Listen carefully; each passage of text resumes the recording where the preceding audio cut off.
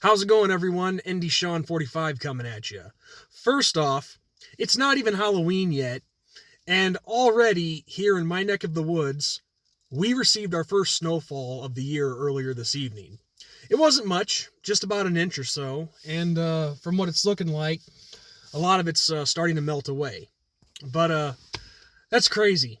I never remember it snowing here this early. I'm sure it has before, but just not that I can remember.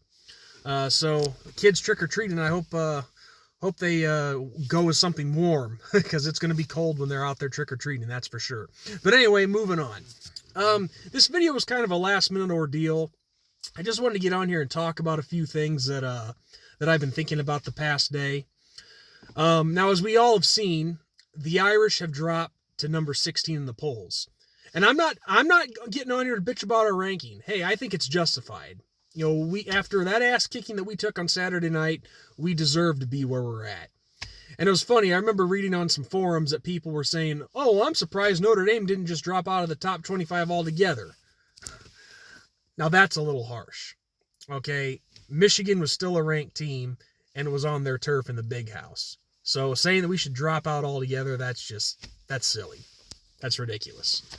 But anyway, guys, you all know that I'm a true Irish fan through and through. I'll always love this team.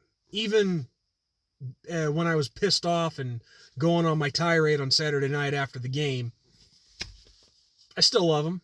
I'll never stop loving the Irish. Doesn't mean that I won't be pissed at them, and rightfully so. After that debacle on Saturday night, I had every right to be.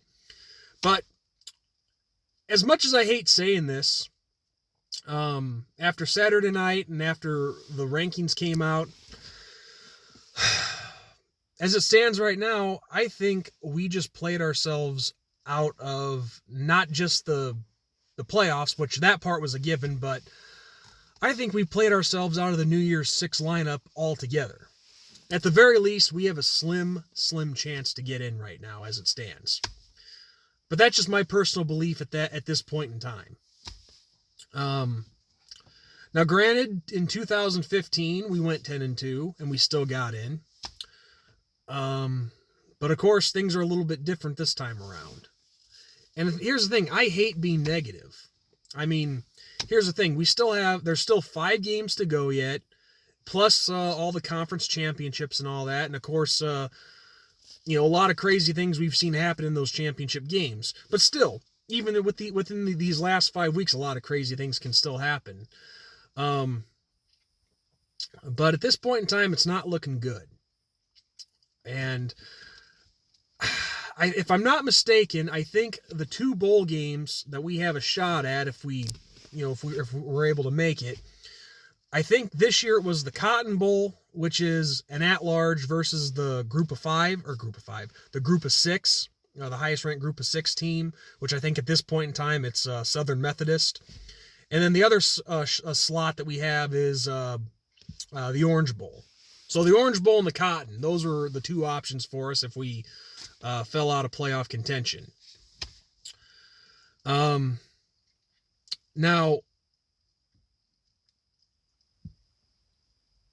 I don't even know where to start with this. Now, like I said, 5 games to go. But unfortunately, our schedule down the stretch here isn't doing us any favors. None of our final opponents are ranked.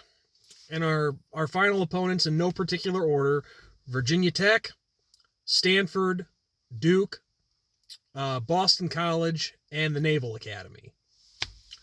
Now, normally, Virginia Tech and Stanford, those would be the 2 that would normally be ranked and stand out. But unfortunately, both those programs are having down years. And at this point in time, not only do we have to win these 5 remaining games, but we have to have a lot of help and a lot of teams to go down in front of us. And I think at the very least, we have to make it back into the top 10 to have a shot at a New Year's 6 bowl, which at this point in time would most likely be the Orange Bowl, I think. But as much as I hate to say it, at this point in time, we've played ourselves out of it. I mean, a lot of the predictions right now at this point in time have us going to the World Bowl, I think the projected opponent was Kansas State. But of course, 5 games plus the all the conference championships, a lot of crazy things can happen still. But yeah, at the very least, we got to get back into the top 10, but our schedule's not doing us any favors. No ranked opponents. But I guess the only good thing that our 5 remaining opponents do have going for them is they're all at least 500 or above. And I could be wrong in this, but I think the records go as this. Virginia Tech and Navy, they're both 5-2, but unranked. And then the remaining 3 teams are right at 500, all at 4-4. I could be wrong about that. So that's the one small positive that this down the stretch schedule has going for itself. But I guess what I'm getting out of this part of the video is, what do you guys think? Do you think a New Year's 6 bowl is possible for us? Do you think do you think that there's enough things that can happen for us to make it? I want to hear your opinions. My opinion, I think we have a slim chance, but it's not likely. Not likely at this point. But also the other part of this video, and it's kind of in correlation with that, if it becomes a known fact here that is what we're looking at is the World Bowl or some other minor bowl bid, I think at this point in time, and here's the thing, I would give this like 3 weeks. 3 weeks or 3 games, however you want to word it.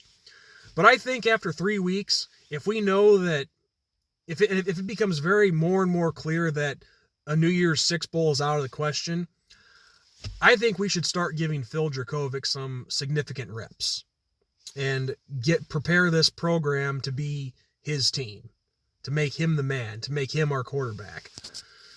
Because, I'm not trying to all of a sudden do a 180 here and look down on Ian Book, but he's kind of regressed a little. Well, I shouldn't say a little bit. He's regressed a lot. I'm just going to go ahead and say it. He has regressed a lot. So at this point in time, I'm not saying just, give up on the season, but at this point in time, I would start giving Phil Dracovic some, not necessarily starts, but a lot of playing time, and start really grooming him to take over the quarterback spot. Because as much as I think Ian Book is a great guy, not a great quarterback, but he's done some good things for us. He really has.